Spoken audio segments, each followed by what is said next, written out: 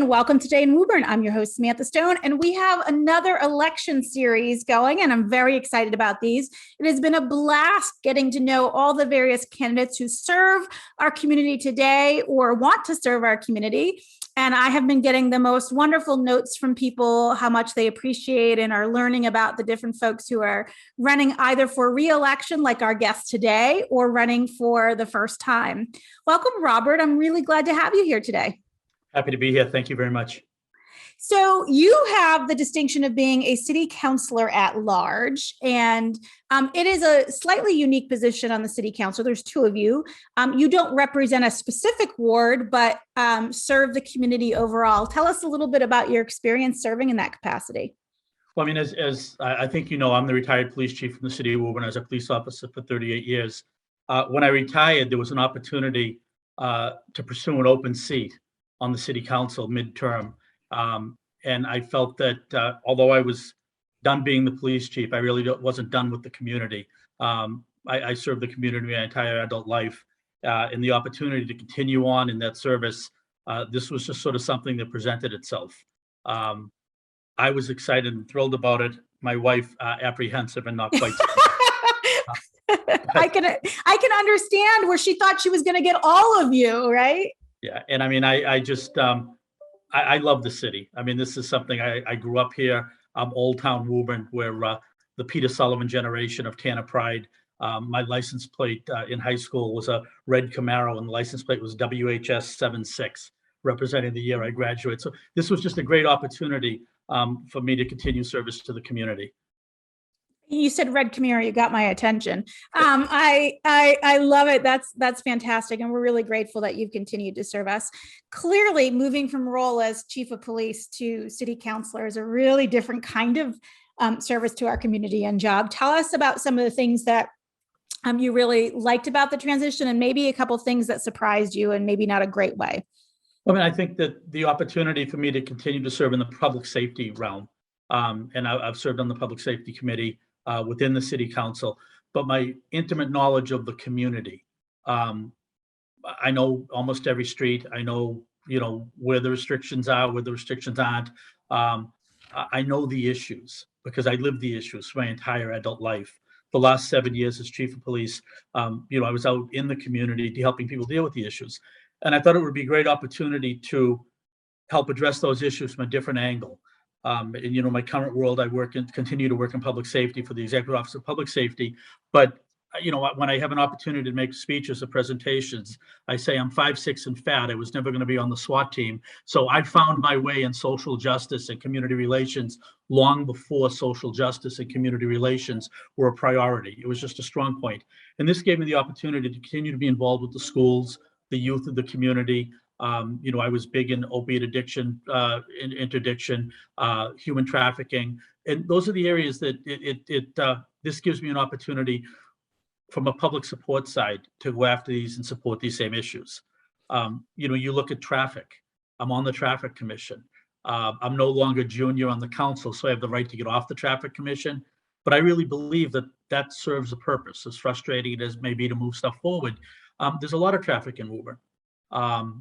And I know where it is, I know when it is, and I have some ideas on how to fix it. There's some exciting new projects coming on the traffic. I mean, when we get the new Boston Street Bridge opened, the Cedar Street slip ramp, which will allow you to go onto 93 by going down Cedar Street past BJ's. That's a very active project. Darlene Mercer Bruin is championing both of those, but predominantly the Cedar Street slip ramp.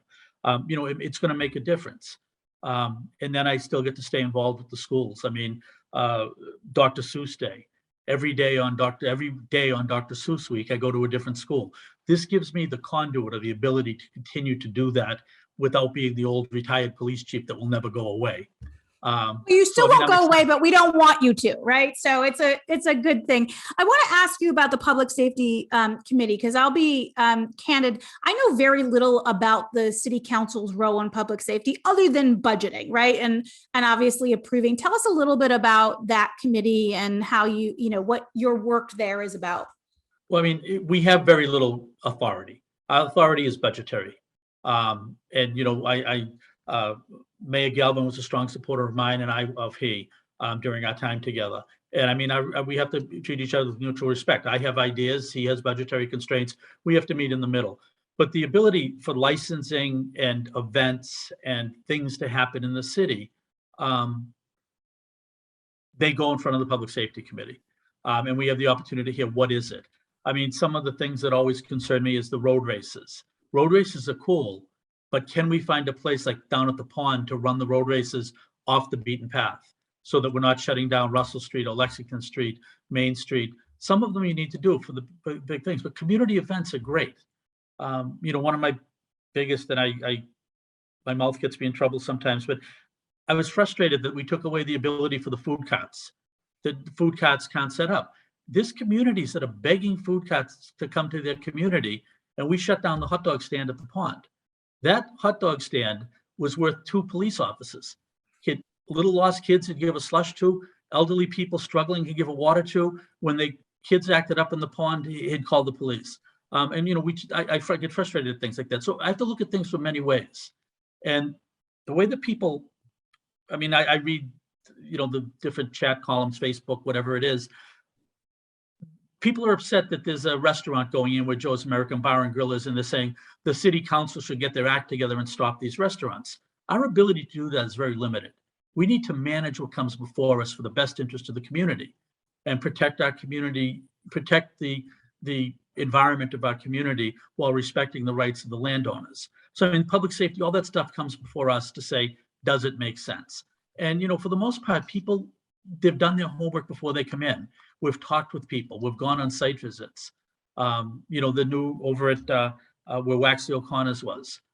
There's an exciting new restaurant going in there. And I say it's an independent Irish pub. And they were coming before us. So I drove to their other restaurant all by myself. And, I work on the South Shore. I drive by Granite Ave. I got off and I went and I looked at it. And I thought to myself, this would be a good addition. So whatever came before us, in this case, there was very little that came before us. But it's going to be a positive, I think, for the community. I would like an excuse to go around and try shepherd's pie in all the places that I can. But, joking aside, I think you raise a really important point for the community, which is we certainly in city council serve residents, but we also serve businesses, right? And we know that the last year and a half has been difficult on many businesses. We haven't perhaps had as many closures as some communities have had. We certainly have had some. I, love to hear a little bit more about some of the things, since a lot of that does come before city council. What are some of the ways that you think about, hey, is this going to be good for the community? So, tell us a little bit about your thought process there. The impact on where it is. And, I'm concerned about some of the development. I'm concerned about traffic. I'm concerned about, what's the neighborhood impact? I was in great fear of the Lord Hobos on Draper Street. There are no problems at Lord Hobos. They run that great. But as a police chief, I think when it first came in, I worried about we're inserting a brew pub in the middle of a neighborhood, Nashua Street, Draper Street, Tremont Street. There are very few issues, and those that come before us, they're fixed. So you need to evaluate, say, if this was in my backyard, what would I do or say? Mm-hmm. I consider that. Another thing I consider is trucking and traffic. There are so many no trucking signs. The no trucking signs are part of the cause of the traffic issue throughout the city. Every action has an equal but opposite reaction. If we restrict street A, we put the traffic onto street B. We restrict street B, it goes to C. And we're forcing it around. Traffic's there to be managed. What is a truck? Federal Express trucks aren't trucks. UPS trucks aren't trucks. Delivery trucks aren't trucks. Utility trucks aren't trucks. Trucks have a very narrow definition. So, you evaluate what's going to be the cause there. Trash trucks. CVS at the south end, they expanded and became a much more robust pharmacy. We have to protect Fowle Street from the trash trucks and the delivery trucks, put restrictions on when they can deliver. So, look into what it is. My wild thought when I retired was, I'll be around the house all day. I'll have plenty of time to go do this stuff. It took about 6 months for me to go back to work full time. And now, once again, the only— Now, was that you or your wife's doing? Be honest with us. It was mine. My head's full of, I have fire in my belly and rocks in my head. And I just had a phenomenal opportunity. In my current role, I oversee police training and training policy for 25,000 police officers in the Commonwealth. I report to a cabinet secretary. He reports to the governor. So I'm back in the game. And I really, when I ran for office and now that I'm running for re-election, I thought that of all sorts of time in the world, pick up my father, go to lunch, drive around the community, see what's going on. And, it's back, but I love this city. I love the Halloween parade. I love high school football games. I love the community that we live in.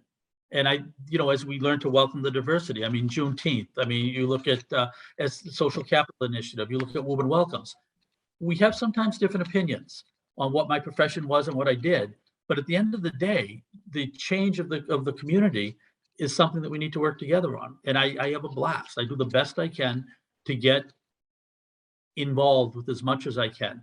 Jeff Dillon has me beat like 10-1 because he's everywhere.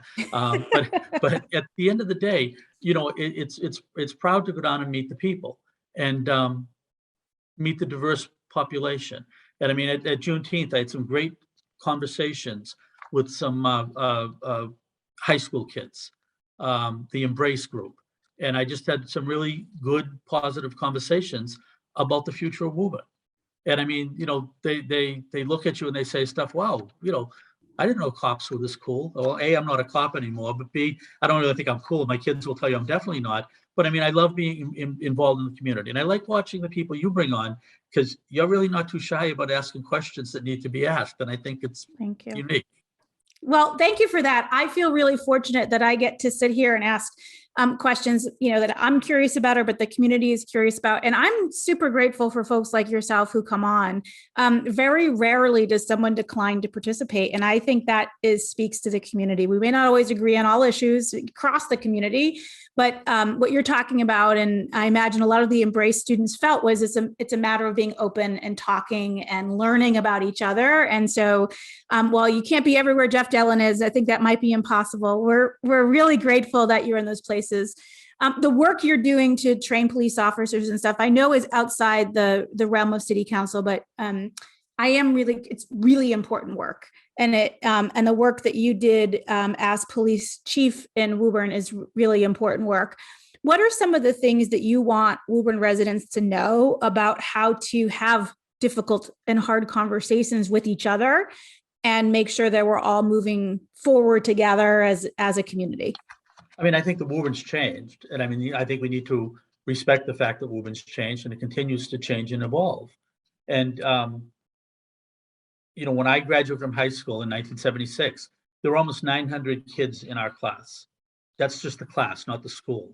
Mm-hmm. Now there's about 400 in each class. So it's in half, and the population continues to evolve. And I just think we need to trust each other. We need to learn to like each other. And there are some things that get said about my profession and personally about me, and some decisions I've made and some things I've done as police chief, but you have to respect those decisions. It's a diverse world we live in, and it's not just race or gender or it's we're different. It's if you ask in the street 20 years ago, what's Tana Pride, everybody would tell you, from the 90-year-old guy to the 6-year-old kid. The world's changing now, and it's different, and we need to embrace those folks.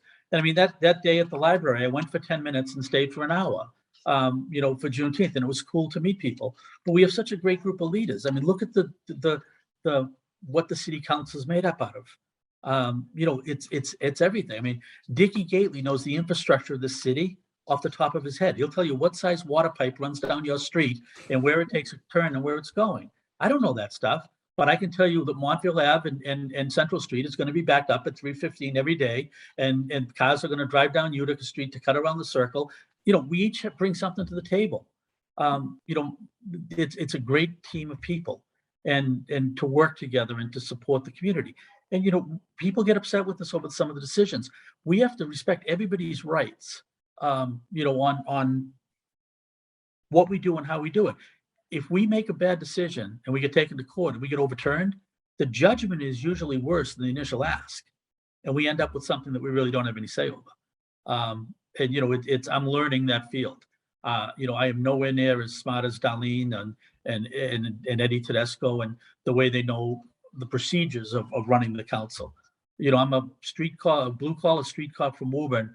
And, I hope to take my professional years and continue to support the city. And, I take the calls. I have a number just for being the city councilor, 281-1403. And, it's that rings through my house to my cell phone, and I take calls and I deal with people. It's little stuff. Last week, one of the convenience stores was complaining because their neighbor at a vape store was selling to little kids. Or, somebody's upset about the trash truck down at CBS dumping. I took those calls as police chief. That's just a continuation of what I do. But it's a phenomenal team of people that we work. And it's people that are unsung heroes, like Ellen Callahan Doucette, who provides legal support for the city council, or Jay Duran, or Tommy Quinn. We all work together. And, if we check our egos at the door, we can get a ton of great stuff done in this city.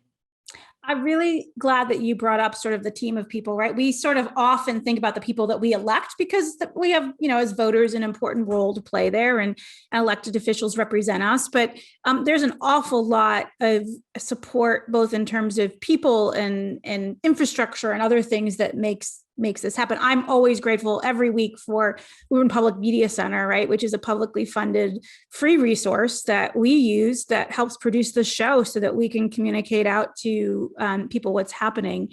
As you look back on this crazy last year and a half that you've served on the city council, what's something that you're, pretty proud of in terms of being able to bring the group together and really focus on us as a city?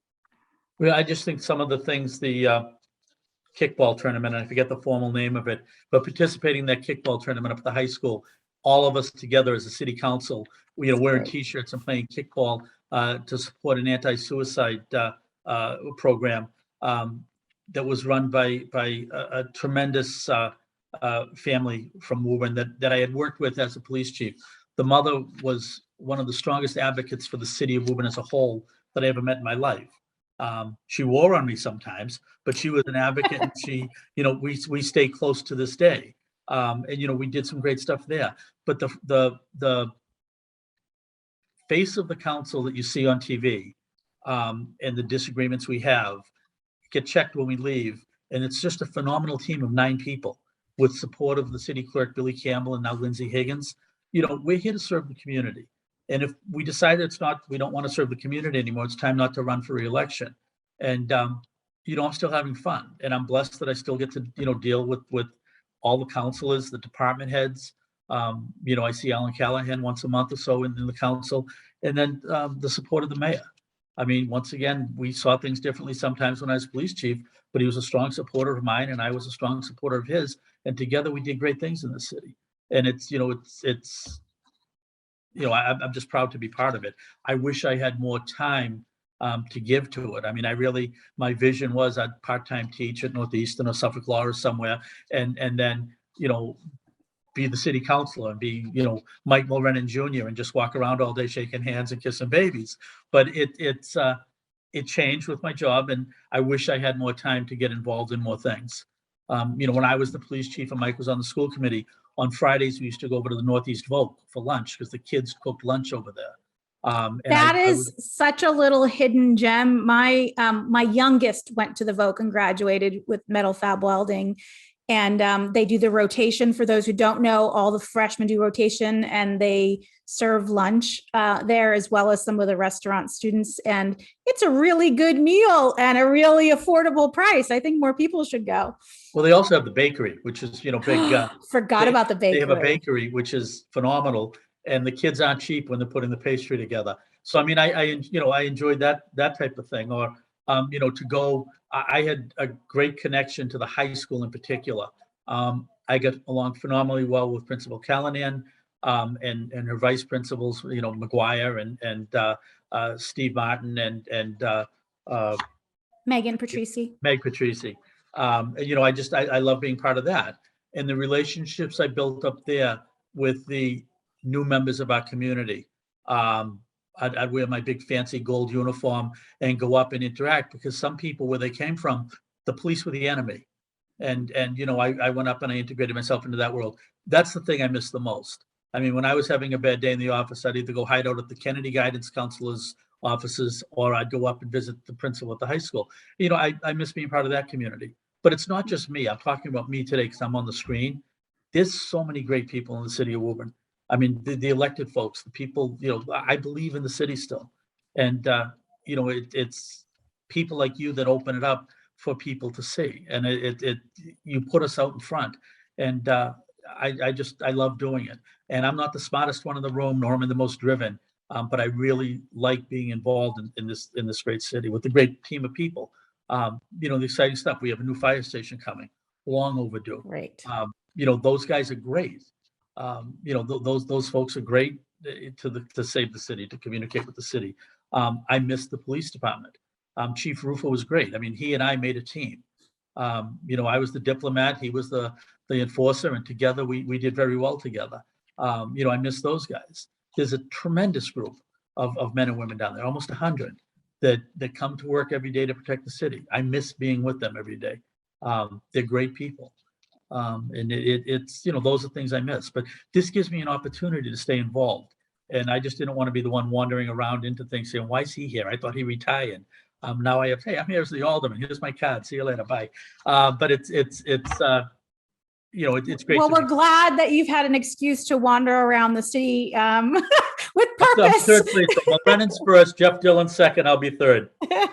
Well, I really, we're sort of joking about it, but I do think that's something special that Woburn offers that we don't see in every city, which is a pretty accessible local government. Again, decisions aside and things, people have pretty easy access to the folks that are in city council, including yourself.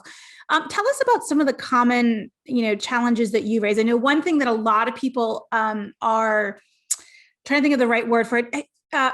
Frustrated is probably the wrong, but concerned about looking forward is we've had a lot of growth as a city, which is not a bad thing inherently, but the growth has created some challenges for us around things like traffic and other things that you've mentioned. As a city councilor, and you're sitting and you're trying to evaluate new projects that are coming in and such, how are we balancing, from your perspective, growth and sort of the character of the city and ease of living? I mean, I think if somebody comes before us with a project, you have to compare it against what's allowed by right versus what are they asking for. Mm-hmm. And by right, sometimes what they're asking for may be bigger, but better for the community is the long run. I mean, there's a lot of concern about up at New England Pigments and Resins, 325 New Boston Street. In my humble opinion, and there'll be people watching this that will disagree with me, there's 400 plus apartments. They gave up a lot of the 3 bedrooms to shrink the families down. I believe that will have minimal impact of the city, except for police and fire services. People are going to live there. Mm-hmm. They're going to work somewhere. When they leave there, they're going to take a left, and they're going to go to either 93 up off of Route 129, or they're going to go to 93 off of Presidential Way, and it's not going to clog Main and School to the extent that people are worried about. Should that be placed, on a footprint where the high school is now, that would have a whole different impact on the community. I would suggest that the gelatin will be the jelly or the Vale project will have impact to East Woburn and to 93, 128, Montville Avenue. But Montville Avenue is going to turn into a 3-lane roadway, a 3-lane each way roadway. And I still believe that people are going to go to appointments there, take a right, and go up onto the highway. Is it going to impact us? Absolutely. Part of the reason that Woburn has the lowest tax rate, amongst the lowest tax rates in the state, is because and I don't want to use the word tolerate, but because we have projects like this. Smart growth. Smart growth. I mean, I still drive it. The project over at the Village where the old Woburn Mall used to be. Mm-hmm. I adamantly argued against the DeMoulas walkway being where it is. And they told us it would be fine. And they told us that it's going to be fixed. There's going to be this exit, that exit. If you go to DeMoulas, you still back up onto Commerce Way because the crosswalk is in the middle of the driveway. I mean, it's not the best design. I mean, you look at stuff you miss. Yeah. And, I can look at traffic stuff, but the difference between a 12-inch water pipe and an 18-inch water pipe, I need to leave that to Dickie Gately. And, the logistics of what's allowed by right, I take my wisdom from Darlene or Michael Concanon or somebody that's been there that knows the routes better. But you think about if this were in my neighborhood, what I like. I mean, there's other frustrating things that come in by right. I mean, is the fact that Popeye's Chicken is going in where D'Angelo's used to be, is that going to be critical to the traffic flow? It might give us a few more cars, but I don't think it's a big issue. Chick-fil-A, those people are the nicest owners. There was an issue with traffic. They redesigned their entire parking lot and drive-through to address the issue without any complaint. We said, we have a concern. He came in with a plan. He executed the plan. We approved the plan on Tuesday night. By Wednesday morning, when they opened, he had implemented the plan using temporary conage until he could reconstruct the driveway. I mean, there's some great people you work with. Support the Cummings. I mean, I've been around long enough with Mr. Cummings, 30 years to watch him grow. They're good community neighbors. We have to listen. More importantly, you go to the neighborhoods. I live in a new development off of Wyman Street. Go to the neighbors and meet the neighbors. What are their concerns? Wyman Street traffic. If you're on Waze and you're on 128, you're using the Waze app. Mm-hmm. They take you off of 128 and put you on Wynn Street to Wyman Street to Eaton Avenue to Mishawam Road to Olympia Avenue back onto 128. Back onto 128. So those are things that my mind I can deal with. Waze does that. We can't say roads are restricted to residents only because the roads are paid for by Chapter 90 money from the state. And if we restrict the road to a resident, it's a public way. We can shut it totally and say, do not enter from 4 to 6, but that means totally. And you learn about things like that. And I'm sensitive to it. The master plan, the 5-year capital plan, the Scott has ideas, to support the DPW. And he also has a plan to build out the public safety. I mean, we talked about it at budget season this time. He has a plan that as these residents occupy, he's going to support the police and the fire and public works to give them the tools they need to move forward. Matt Crowley, we're at the schools. We talk with him. We have no direct oversight or relation, but communication is the key to success. And Matt, he has a plan. He has a plan. And can we execute the plans? Can we make it happen? I hope COVID goes away. We can back to be where we were.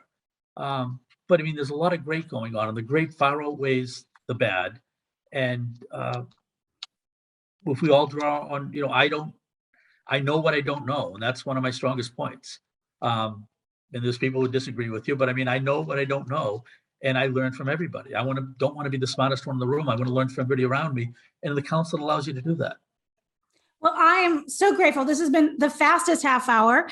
Thank you so much for joining me. This has been a really great opportunity to get to know you in a different context than your prior role.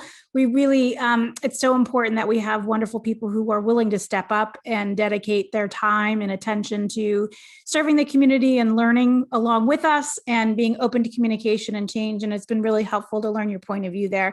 Thank you so much for joining me. For anyone who would like to learn more about to get in touch, I know you shared your phone number. Any other way that you'd like to share with our audience? It's Ferullo at cityofwoburn.com.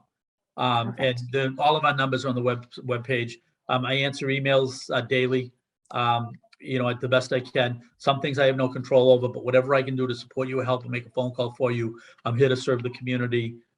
It's a continuation of my initial profession of being the police officer and police chief, which I loved. And I just wanted to find a way to continue to serve the city.